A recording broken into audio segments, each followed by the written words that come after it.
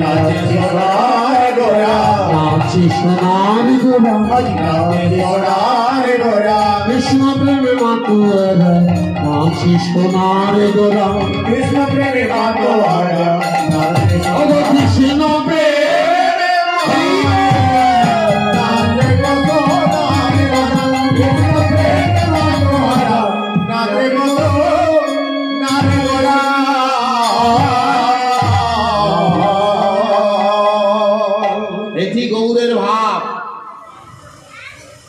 এটি গৌরের ভাব। সরগ গোস্বামী গৌরের একান্ত পার্ষদ, সবাইকে নিয়ে গোল করে বসে আছে, আর বসে বসে তাদেরকে বৃন্দাবনের লীলার কথা বলছে। বলতে বলতে বলতে বলতে মধুরস্যম ক্ষীরাদৌ বৃন্দাবনম রসমাধুর্যম রসস্য লীলায়াম প্রকাশে যোগমায়াম পাশ্রিতম। লীলাকে শুনছে রাস, লীলা শ্রবণ করছেন কে?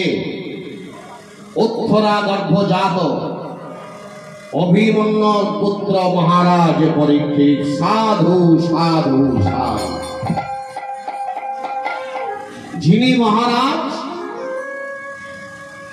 যিনি বিশ্বের পৃথিবীর রাজা, হস্তিনাধিপতি, তিনি নাকি আর 7 দিন বাঁচবে। অপরাধ কি? শ্রমিক মনির গলায় মরা সাপ ঝুলিয়ে দিয়েছে। বিচার করুন। মণিগয়া করতে করতে করতে করতে মহারাজ পরীক্ষিত ক্লান্ত হয়ে গেছেন। একটু জল খাবো, তৃষ্ণার্ত। আশ্রমের সামনে গিয়ে বলছে, মহারাজ, বাবাজি আমি তৃষ্ণার্ত। আর বাবাজি মহারাজ তখন ধ্যানে ডুবে গেলেন। বারংবার জল চাইওয়া সত্ত্বেও পেলেন না। তাই দুর্বুদ্ধি হলো মহারাজ পরীক্ষিতের। কি করলেন? একটা মরে যাওয়া মৃত সর্পকে ওই ঋষির গলায় দিয়ে চলে এলেন। ঋষি পুত্র গিয়ে দেখলেন তার বাবার গলায় একটা মৃত সর্প ঝুলছে। সঙ্গে সঙ্গে ধ্যান করে জানলেন এ কর্ম করেছে কে? হস্তিনাধিপতি মহারাজ পরীক্ষিত। রাগের কোন গুরু নেই। পিতার অপমান সহ্য করতে পারলেন না, সেই জন্য অভিশাপ দিলেন, 7 দিনের মধ্যে তোমাকে তক্ষকনাকে দংশন করবে, আর তোমার আয়ু মাত্র 7 দিন।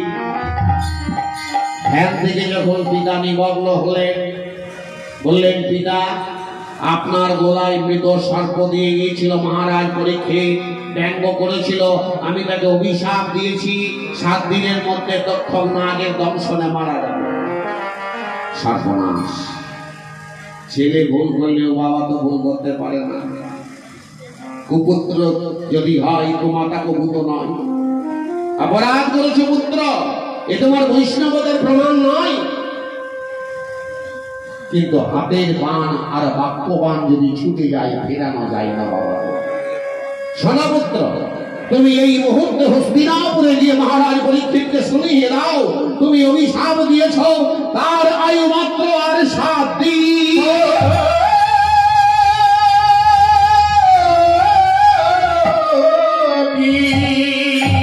মহারাজ পরীক্ষিতকে শ্রবণ করিয়ে দিলেন, মহারাজ আপনার গর্হিত কর্মের জন্য আপনাকে অভিশাপ দেওয়া হয়েছে, আপনি 7 দিন বাঁচবেন বলে চলে গেলেন। এইবার মহারাজ পরীক্ষিত মৃত্যু ভয়ে ডাকছে, পার্শ্বদেরকে ডাকছে, ঋষিগণকে ডাকলেন, আপনারা বলুন তো পণ্ডিতগণ, মৃত্যু আমার শিহরে দাঁড়িয়ে আছে, 7 দিনের একদিন অতিবাহিত হতে চলেছে, আমার আশু কর্ম কি? পৌঁছালেন দ্বৈপায়ন ব্যাস। মহারাজ, মৃত্যু যখন শিহরে দাঁড়িয়ে আছে, আপনার একটি কাজ গতি নয় কি?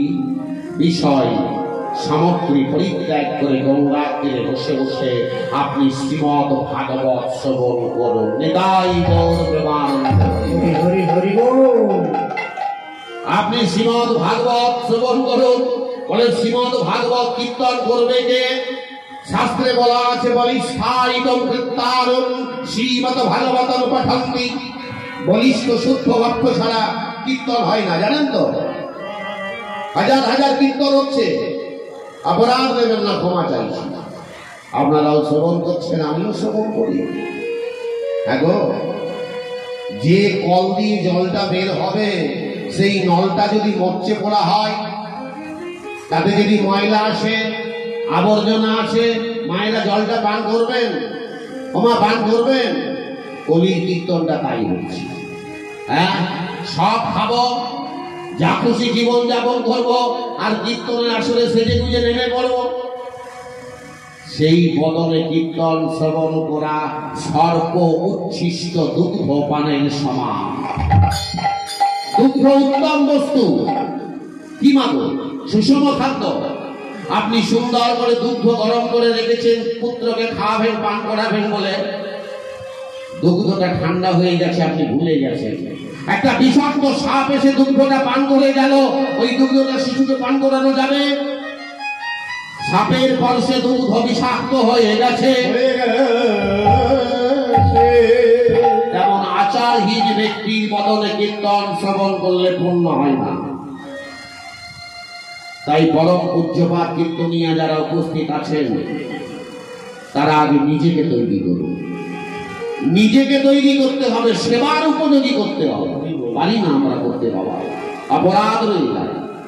আর শাস্ত্র বলেছে নিরপরাধে যদি ভগবানের ভজন করেন তবেই তো ভগবান পাওয়া যায়। তাই ব্যাসদেব বললেন, চিন্তা করবেন না মহারাজ, আমি কথা দিচ্ছি আপনাকে কীর্তন শোনাবে শুদ্ধ বিশুদ্ধ মুক্ত পুরুষ, আমার সন্তান, তার নাম সুখদেব গোস্বামী। এটা শোনার সঙ্গে সঙ্গে মহারাজ চমকে উঠলেন, বলে আপনি তো বাল ব্রহ্মচারী দ্বৈপায়ন ব্যাস পরাশর পুত্র, তাহলে আপনার আবার ছেড়ে হলো কি করে? শুনবেন? তাহলে শ্রবণ করুন, আমার সন্তানটা উৎপন্ন হলো কি করে। এই যে বসে আছে দেবাদিদেব মহাদেব, উনি হচ্ছেন রসজ্ঞ, রাধা গোবিন্দের আপ্লুত রসধারার একমাত্র দিকপাল। তাই দেবী দুর্গা, এটা আপনারা জানেন অনেকে, তবুও বলছে শুনুন। দেবাদিদেব মহাদেবকে বলছেন, হে প্রভু, আপনি রসশিরোমণি, বৈষ্ণব চূড়ামণি, আমাকে কিছু রাধা গোবিন্দের কথা শ্রবণ করিয়ে দাও। দেবাদিদেব মহাদেব বললেন, রাধা গোবিন্দের কথা গুপ্ত কথা, এখানে হবে না, গোপন জায়গায় বলবো, চলো। চলে গেলেন নৈমিষিতে, একটা নির্জন স্থান। সেই স্থানে হর পার্বতী কৃষ্ণ প্রেম রস আস্বাদন করছেন, গল্পের মতো লীলার মতো বলছেন আর শ্রবণ করছেন মা। আমরা যেমন গল্প শুনলে হু দিতাম ছোটবেলায়, বলো বলো মা, হু দি, সেরকম মা আমার হু দিচ্ছে, হরি বল। আর আনন্দ অন্তরে দেবাদিদেব মহাদেব বলছেন,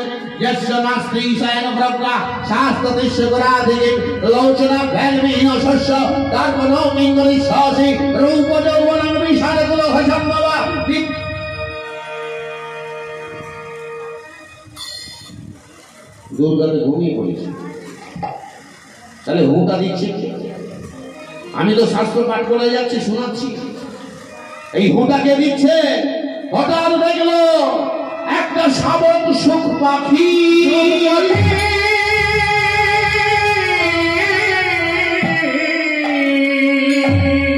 একটা ছোট্ট সুখ পাখি সেই মাত্র ডিম থেকে বেরিয়েছে। সে দেখলো এই কথা তো কোথাও শ্রবণ করতে পারবো না, তাহলে মা যখন ঘুমিয়ে পড়েছে, মায়ের মতো করে হুটা দিলে আমার কৃষ্ণ কথাটা শ্রবণ করা হয়ে যাবে। নিতাই গৌর প্রেমানন্দ হরি বল। সর্বনাশ, উচ্ছ্বাদিত গুপ্ত কথা এই সুখ পাখি শ্রবণ করলো, ওকে পৃথিবীতে বেঁচে রাখা যাবে না, মেরে ফেলতে হবে। সঙ্গে সঙ্গে দেবাদিদেব মহাদেব ত্রিশূলটাকে বললো, যাও ওকে বোধ করো, এই মুহূর্তে হত্যা করে দাও। অপ্রাকৃত চিদানন্দময় লীলার কথা জগৎ জেনে যাবে, গোপনে আছে গোপনে থাক। ভীষণ ছুটছে পাখিটাকে বধ করার জন্য, আর পাখিটাও ছুটছে। কোন দিকে ছুটছে? নৈমিষী অরণ্য দিকে। হরিবল ছুটছে প্রাণের ভয়ে, বাঁচাও বাঁচাও করে। আর ত্রাহিমাম ওই পিছুর পিছনে ছুটে যাচ্ছে পক্ষীটাকে বধ করবার জন্য। একজন খাদ্য একজন খাদক, দুজনেই যখন ছুটছে পাখিটা বাঁচাও বাঁচাও করে। রাখে হরি তোমারে গে